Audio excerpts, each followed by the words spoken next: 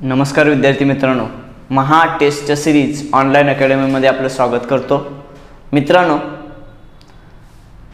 आपली कंबाईन म्हणजे संयुक्त गट ब पूर्व परीक्षा संदर्भात लेक्चर सिरीज सुरू आहे।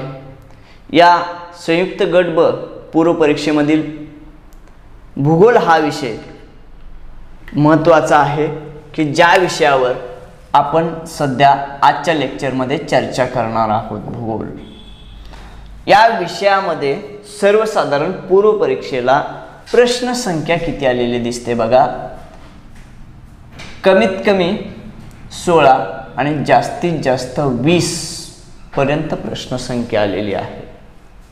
हो, जर 16 ते 20 प्रश्न संख्या आलेली असेल तर हा विषय खूप महत्त्वाचा आहे। आता तसे सगळेच महत्त्वाचे आहेत। मग भूगोल या विषयात जर आपल्याला चांगले गुण मिळवायचे असतील तर या विषयामध्ये नेमकं दिलंय काय ते बघायला पाहिजे, म्हणजे अभ्यासक्रम आपला चांगला माहित पाहिजे आणि ते टॉपिक चांगले केले पाहिजेत। आणि ते करत असताना आपण नकाशा वाचन चांगलं केलं पाहिजे। आपल्याला भारताच्या कोणत्या कोपऱ्यामध्ये काय होतं, कोणत्या राज्यामध्ये काय होतं, जगातल्या नकाशामध्ये कोणत्या ठिकाणी कोणता गवताळ प्रदेश होता, कुठं वाळवंट होतं का, कुठं कोणत्या खंडामधलं सर्वात उंच शिखर कोणतं आहे, मग त्या नकाशामध्ये जर भरलं आणि ते नकाशा वाचन चांगल्या पद्धतीने केलं तर भूगोलचा अभ्यास चांगला सुकर होतो आणि जास्तीत जास्त गुण मिळतात। तर मित्रांनो, अभ्यासक्रमामध्ये आयोगाने काय दिले बघा, अभ्यासक्रम म्हणजे एमपीएससी ने दिलेला अभ्यासक्रम जो आहे त्या अभ्यासक्रमामध्ये महाराष्ट्राच्या भूगोलाच्या विशेष अभ्यासासह महाराष्ट्राच्या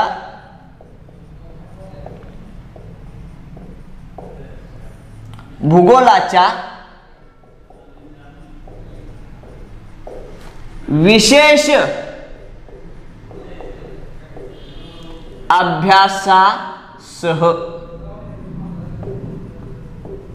कंसपूर्ण म्हणजे काय, जे काय प्रश्न येतील त्यात जास्तीत जास्त आम्ही महाराष्ट्राच्या भूगोलावर भर देण्याचा प्रयत्न करू।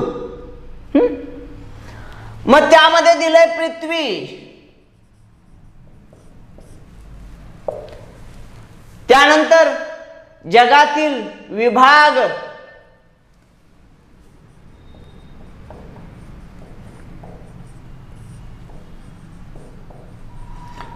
हवामान, अक्षांश, रेखांश, महाराष्ट्रातील जमिनीचे प्रकार, रेखांश, महाराष्ट्रातील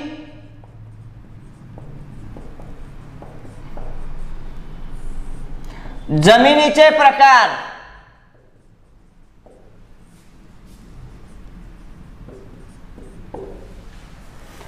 त्यानंतर पर्जन्यमान, प्रमुख पिके, शहरे, पर्जन्यमान,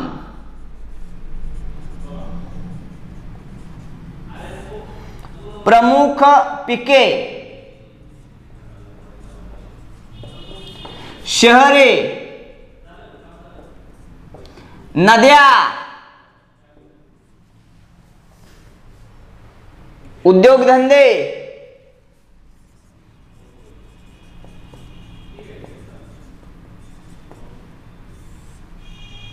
इत्यादी। आता हे जे दिलेले आहेत हा असा असणारा आपला अभ्यासक्रम आहे। हे सगळे मुद्दे हे आयोगाने नमूद केलेले आहेत, त्या नमूद केलेल्यामध्ये हे सगळं दिलंय। आता या टॉपिकवर बघायचं आणि त्यामधल्या कोणकोणत्या विभागावरती कसा कसा प्रश्न विचारलेला आहे ते आपण बघणार आहे।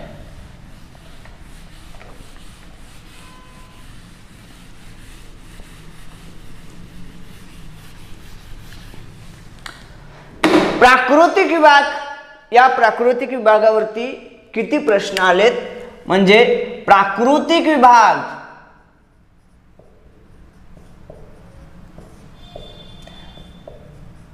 आता प्राकृतिक विभाग ते मग महाराष्ट्राचे असेल, भारतातील असेल किंवा जगातील असेल, या सर्वांच्या वरती सर्वसाधारण 1 ते 7 पर्यंत प्रश्न आलेत, म्हणजे सर्वात जास्त प्रश्न संख्या या प्राकृतिक विभागावरती आहे. आता प्राकृतिक विभाग म्हणायचं कोणाला? डोंगर, नद्या जे निसर्ग निर्मित तयार झालेला आहे त्याचे पाडलेले विभाग ते प्राकृतिक विभाग. ते आपण भूगोलाच्या लेक्चरमध्ये आपण सगळं घेणारच आहोत. मग असा असणाऱ्या प्राकृतिक विभागावरती प्रश्न संख्या जास्त आहे. मग ते प्रश्न कसे विचारले जातात बघू. खालील विधाने पहा. बघा, नंदादेवी शिखराची उंची 7817 मीटर आहे. बरोबर आहे विधान. मग आपल्याला हे माहित पाहिजे की त्या शिखराची उंची खरंच ती आहे. जगातल्या सर्वात उंच असणारं शिखर हिमालय पर्वतरांगेमध्ये नेपाळ या देशात आहे. आणि जगातलं सर्वात दुसऱ्या क्रमांकाचं असणारं शिखर जे आहे ते आपल्या भारतात आहे, पाकव्याप्त काश्मीरमध्ये आहे. K2 किंवा गॉडविन ऑस्टिन म्हणतात. त्याची उंची आहे 8611 मीटर. आता लक्षात ठेवण्यासाठी पण आहे, 8611 ही पूर्वी जुनी ऊसाची जात होती बघा. असू दे आपलं 8611, नसेल तर आपलं मग 8611, तुम्हाला तसं लक्षात राहत असेल तर काय हरकत नाही. पण नंदादेवी हे सुद्धा हिमालय पर्वतरांगेतलं आहे. आणि लक्षात ठेवा 8000 मीटरपेक्षा जास्त उंचीची शिखरं फक्त जगातल्या एकाच पर्वतरांगेत आहेत. ती पर्वतरांग आपली हिमालय पर्वतरांग, भारताच्या उत्तरेला असणारी. अशा असणाऱ्या पर्वतरांगेमध्ये 8000 पेक्षा जास्त मीटर उंचीची शिखरांची संख्या आहे 15. त्यांना 8000 शिखरं म्हणतात. ठीक आहे, म्हणजे अविधान बरोबर आहे.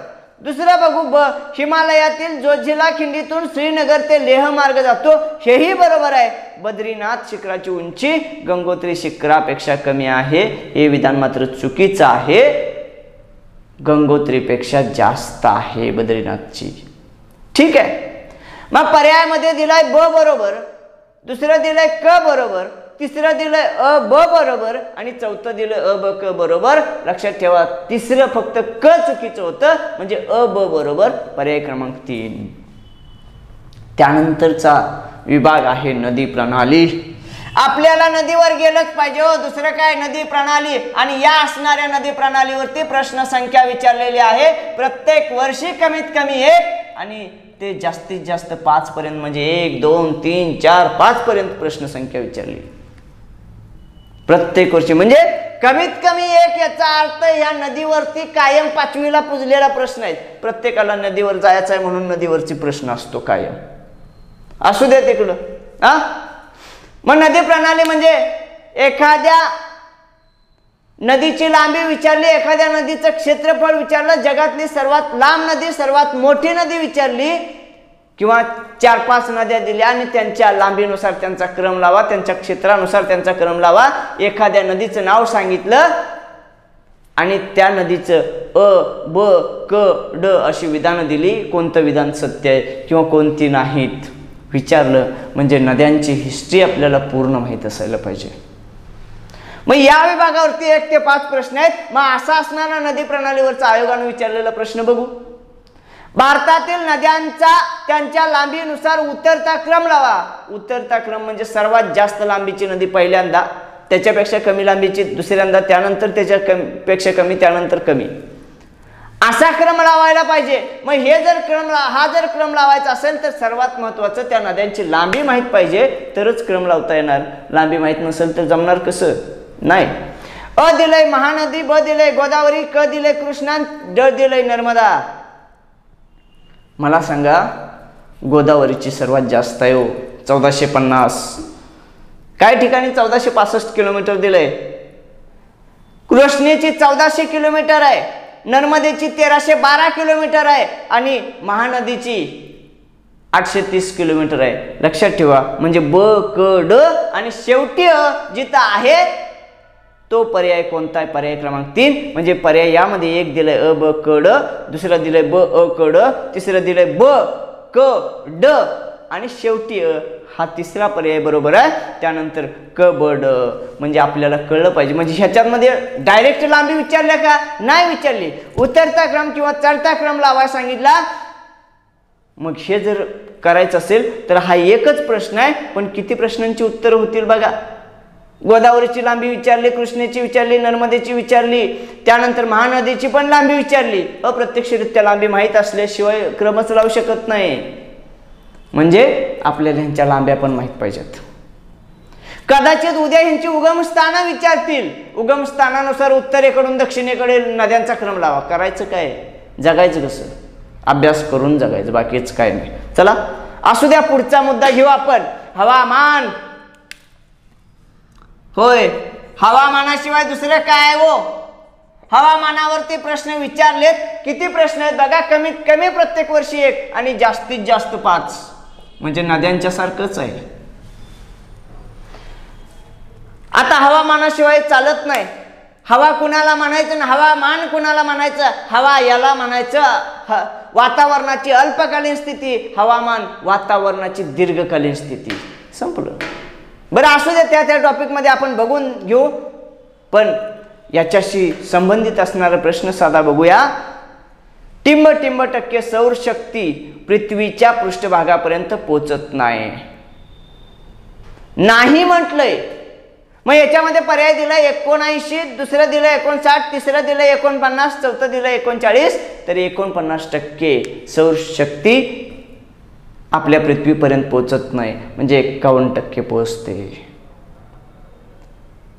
त्यानंतरचा घटक बघा, दळणवळण व पर्यटन.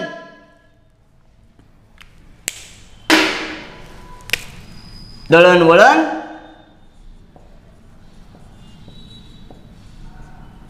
व पर्यटन याच्यावरती ही प्रश्न संख्या तेवढीच आहे हो. 1 ते 5, कमीत कमी 1 विचारलं, जास्तीत जास्त 5 विचारलेत. दळणवळण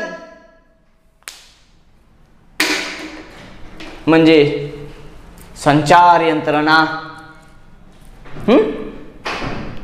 दळणवळण कुणाला म्हणायचं, दळायचं आणि वळायचं नव्हे. आपण डायरेक्ट संपर्क साधू शकतो, पण शरीरानं तिथं नसतो. मोबाईलद्वारे बोलायचं, फोनद्वारे बोलायचं, इंटरनेटचा वापर करून घ्यायचा. ह्या सगळ्या गोष्टी आहेत. संचार यंत्रणा ज्या आहेत त्या दळणवळणाच्या आहेत. पर्यटन आपण डायरेक्ट तिथं देहानं उपस्थित असतो. एखादा प्रदेश पाहायला जातो, एखाद्या प्रदेशाबाबत चांगली माहिती घेत असतो. हा पर्यटनाचा भाग झाला. मग असा असणारा याच्यावरती प्रश्न कोणते येतात बघूया. टिंब येथे उत्तर पूर्व रेल्वे विभागाचे मुख्यालय आहे. उत्तर पूर्व रेल्वे विभागाचं मुख्यालय म्हणजे आपल्याला दळणवळणाचं असणारं, पर्यटनाचं असणारं साधन आहे. वाहतूक यंत्रणा यामध्ये समाविष्ट आहे.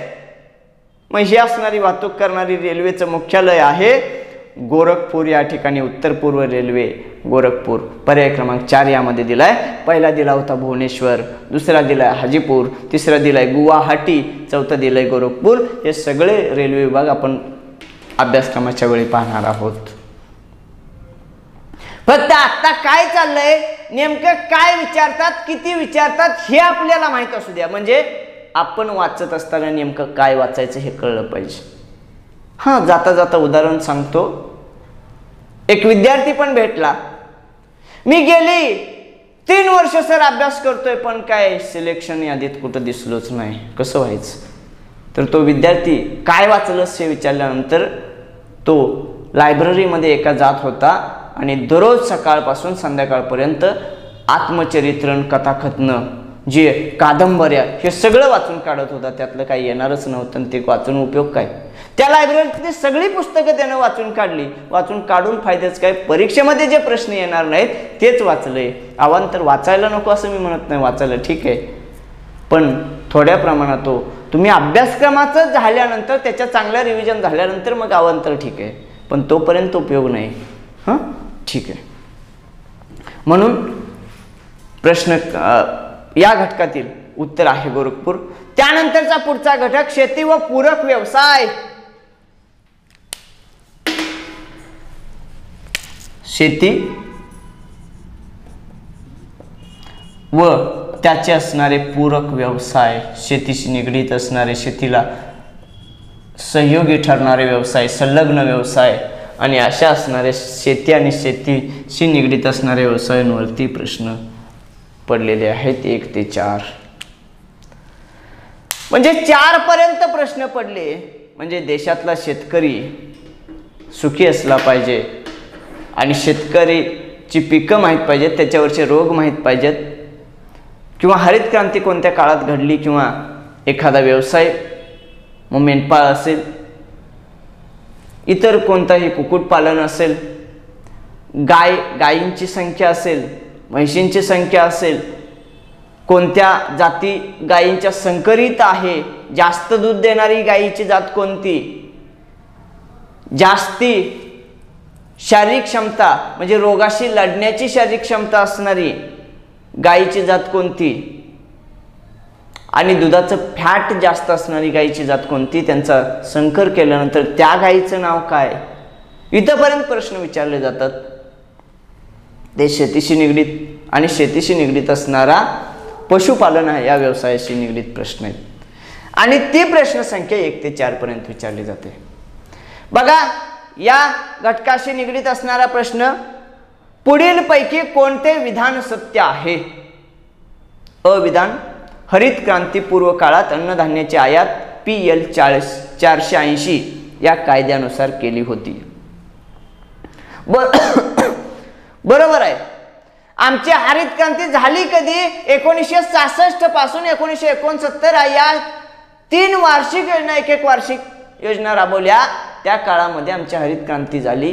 म्हणजे सर्वसाधारण या 3 वर्षाच्या काळात आम्ही स्थिर स्थावर झालो. त्यापूर्वी जी 3री पंचवार्षिक योजना होती, त्या 3ऱ्या पंचवार्षिक योजनेमध्ये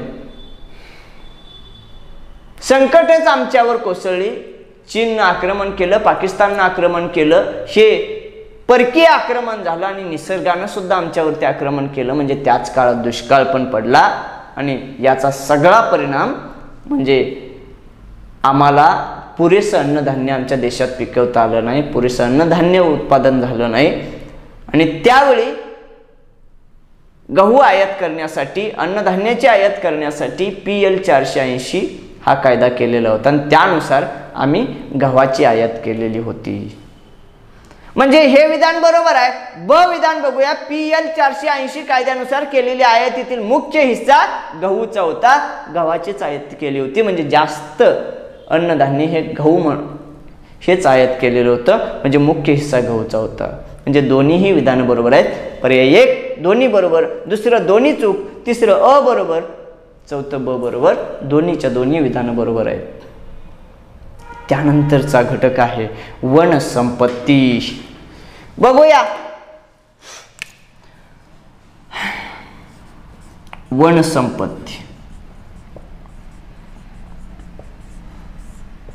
वनसंपत्तीवर 1 ते 2 प्रश्न विचारलेले आहेत. आता भारतात असणारी वन कोणत्या प्रकारची आढळतात? कोणत्या पावसाचे, किती पावसाचे प्रमाण असल्यानंतर तिथं कोणत्या प्रकारची वन आढळतात? सदाहरित वनामध्ये कोणत्या प्रकारचे वृक्ष आढळतात? पानझडी वनामध्ये कोणते वृक्ष आढळतात? काटेरी वनामध्ये कोणते असतात? म्हणजे कोणत्या वनांच्या मध्ये, कोणत्या प्रकारच्या अरण्यामध्ये किती पावसाचा प्रदेश असल्यानंतर, ती जमीन कशी असल्यानंतर कोणत्या प्रकारची वनं आढळतात, कोणत्या प्रकारची झाडं असतात, किंवा खालीलपैकी कोणते वृक्ष पानझडी वनामध्ये आढळत नाहीत. आर्थिक दृष्ट्या महत्त्वाचे असणारे वृक्ष कोणते, याच्यावरती प्रश्न येतो. आणि असा असणारा आयोगाने विचारलेला एक प्रश्न बघूया. उष्णकटिबंधीय शुष्क पानझडी अरण्यात पुढीलपैकी कोणती झाडे आढळतात? बघा, यामध्ये उष्णकटिबंधीय शुष्क पानझडी अरण्यामध्ये स्पष्ट आहे. पहिला आहे सागवान, दुसरा आहे शिसम, तिसरा आहे अंजन, चौथं ड दिलंय तिवर आणि ई दिलंय हिरडा. आणि यामध्ये परत एकदा सांगितलंय अ ब क ड ई, क ड ई, अ ब क आणि अ ब क ई. आता शुष्क पानझडी अरण्य कुठे आढळतात? पावसाचं प्रमाण ज्या ठिकाणी 80 ते 120 सेमी पर्यंत पाऊस जिथं असतो, ज्या प्रदेशात असतो, त्या ठिकाणी शुष्क पानझडी अरण्य आढळतात. ज्या ठिकाणी 120 ते 160 सेमी पर्यंत पावसाचं प्रमाण असतं त्या ठिकाणी आर्द्र पानझडी अरण्य आढळतात. आणि पानझडी वनांच्या मध्ये पाण्याचं वनस्पतीमधील खोडामधील पाण्याचं बाष्पीभवन होऊ नये म्हणून ते वृक्ष स्वतः पानं गाळत असतात. उन्हाळ्याच्या उष्णतेच्या काळामध्ये पानं गाळत असतात, वरची पानं जमिनीवर पडतात आणि जमिनीवर आच्छादन त्या पानांचं व्हावं की ज्यामुळं जमिनीतून पाण्याचं बाष्पीभवन होऊ नये. आणि पानं गाळल्यामुळं फक्त खोड शिल्लक राहतं, म्हणजे पानांच्या मधून पाण्याचं बाष्पीभवन होत नाही. या दुहेरी उद्देशानं ती पानं गळतात. निसर्गाची ही किमया आहे. आणि आर्थिकदृष्ट्या महत्त्वाची वनं कोणती असतील तर ती पानझडी वन आहेत. आणि त्यामध्ये सागवानसारखी जे वृक्ष आहेत ते जास्त फर्निचर आणि इमारत बांधकामासाठी आर्थिकदृष्ट्या महाग विकली जातात किंवा महाग असतात. महागडी वनं, आर्थिकदृष्ट्या देशाला हातभार लावणारी म्हणा, राष्ट्रीय उत्पन्नामध्ये वाढ करणारी वनं म्हणा, ती पानझडी वन आहेत. तर त्यानंतर पुढचा भाग आहे ऊर्जा संसाधने.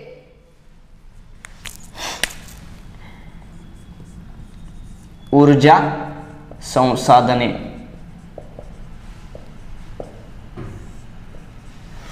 आता ऊर्जा संसाधनांच्या वरती प्रश्न संख्या 1 ते 7 पर्यंत विचारलेली आहे. म्हणजे ऊर्जा निर्मितीसाठी तेल कारखाने कोणते आहेत, तेल शुद्धीकरणाचे कारखाने कोणते आहेत, जलविद्युत प्रकल्प कोणते, त्या प्रकल्पामध्ये किती मेगावॅट क्षमतेचे जलविद्युत निर्माण केली जाते, औष्णिक विद्युत प्रकल्प कोणते, पवन विद्युत प्रकल्प कोणते, अणुविद्युत प्रकल्प कोणते, हे देशातलं आम्हाला चांगलं माहित पाहिजे.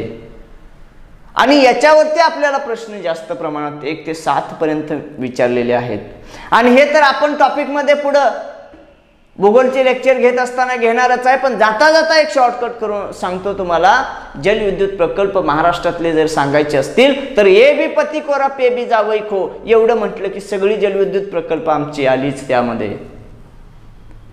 औष्णिक विद्युत प्रकल्प महाराष्ट्रातले सांगायचे असतील तर एक चंद्र बको खातू चोपो पाधो पवय. हे शॉर्टकट आहेत आणि यामध्ये घोटाळा होऊ नये. कारण प्रश्न असा विचारलेला असतो, खालीलपैकी महाराष्ट्रातील कोणता जलविद्युत प्रकल्प नाही. आता विद्युत प्रकल्पामध्ये हे सगळे नावं वाचलेले असतात. कोणता जलविद्युत आणि कोणता औष्णिक विद्युत आहे हे कळलं तर पाहिजे. आणि त्यासाठी रामबाण उपाय म्हणून ते जे कन्फ्युजनचा पार्ट आहे तिथं शॉर्टकट केलेला आहे. आणि प्रत्येक लेक्चरमध्ये तुम्हाला शॉर्टकट मिळत राहतील. तर मित्रांनो, तुम्ही अजूनही बॅच जॉईन केली नसेल आपली ऑनलाईन बॅच किंवा ऑनलाईन प्लस ऑफलाईन बॅच, तर बॅचला जॉईन व्हा. नक्कीच त्याचा फायदा होईल आणि तुमच्या यशापर्यंत आम्ही तुमच्या सोबत राहू. नक्कीच तुम्हाला यश मिळवूनच देऊ याची 100% खात्री देतो. तर मित्रांनो, ऊर्जा संसाधनांच्या वरती एक प्रश्न बघा. नुनमती तेल कारखाना कोणत्या राज्यात आहे? एक पहिला पर्याय दिलाय बिहार, दुसरा दिलाय गुजरात, तिसरा दिलाय आसाम, चौथा दिलाय यापैकी नाही तर आसाम, तिसरा पर्याय. आणि त्यानंतरचा शेवटचा भाग आहे खनिज संपत्ती. खनिजांच्या वरती प्रश्न, खनिज संपत्तीवरती प्रश्न आहेत. सर्वसाधारण प्रश्नांची संख्या आहे 1 ते 4. म्हणजे खनिजांच्या वरती प्रश्न आहेतच. कोणत्या बंदरामधून निर्यात जास्त खनिजांची होते? खनिज संपत्ती खालीलपैकी कोणत्या भागामध्ये जास्त एकवटलेली आहे? लोह खनिज किती टक्के महाराष्ट्रामध्ये लोह खनिजाचं उत्पादन घेतलं जातं? मॅंगनीजचं उत्पादन महाराष्ट्रामध्ये किती टक्के घेतलं जातं? भारतामध्ये किती टक्के आहे? या प्रत्येक खनिजांच्यावरती प्रश्न पडलेले आहेत. मग तेही आम्ही शॉर्टकटनं त्या टॉपिकमध्ये सांगणार आहोतच. त्याची एकदम शॉर्ट थीम सांगितली जाईल आणि ते तुम्हाला नक्कीच मिळेल आणि ते लक्षात राहील. ते क्रमानुसार ठेवलेलं आहे, ते लेक्चरच्या वेळी नक्की लक्षात येईल. मग तसा असणारा एक प्रश्न बघूया. रेडी बंदर हे टिंबटिंबच्या निर्यातीसाठी प्रसिद्ध आहे. रेडी बंदर लोह खनिजाच्या निर्यातीसाठी प्रसिद्ध आहे. तर मित्रांनो, आज आपण संयुक्त गट ब पूर्व परीक्षेसाठी असणाऱ्या भूगोल या विषयाचं विश्लेषण, सविस्तर विश्लेषण पाहिलेलंच आहे. पण यामध्ये हे सगळं सांगितलंय, पण पुस्तक महत्वाचं आहे. काय वाचायचं आता एकत्रितपणे दिलेलंच आहे. माझं नाव अजित सलगर आणि माझं संपूर्ण भूगोल नावाचं पुस्तक आहे. संपूर्ण भूगोल यामध्ये महाराष्ट्र, भारत, जग सविस्तरपणे विश्लेषण केलेलं आहे. हे नक्की वाचा. त्यामध्ये मी जे बडबडतोय ते शॉर्टकट सुद्धा आहेत. त्याचबरोबर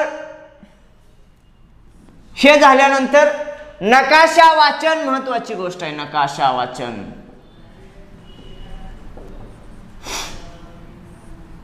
आणि त्यानंतर म्हणजे ॲटलास तुम्ही कोणताही वापरू शकता. अगदी नवनीतचा शालेय नकाशा 9वीचा छान आहे. त्यामध्ये महाराष्ट्र, भारत, जग त्याचे प्रशासकीय म्हणजेच राजकीय नकाशे पण आहेत. त्यानंतर प्राकृतिक दिलेले आहेत.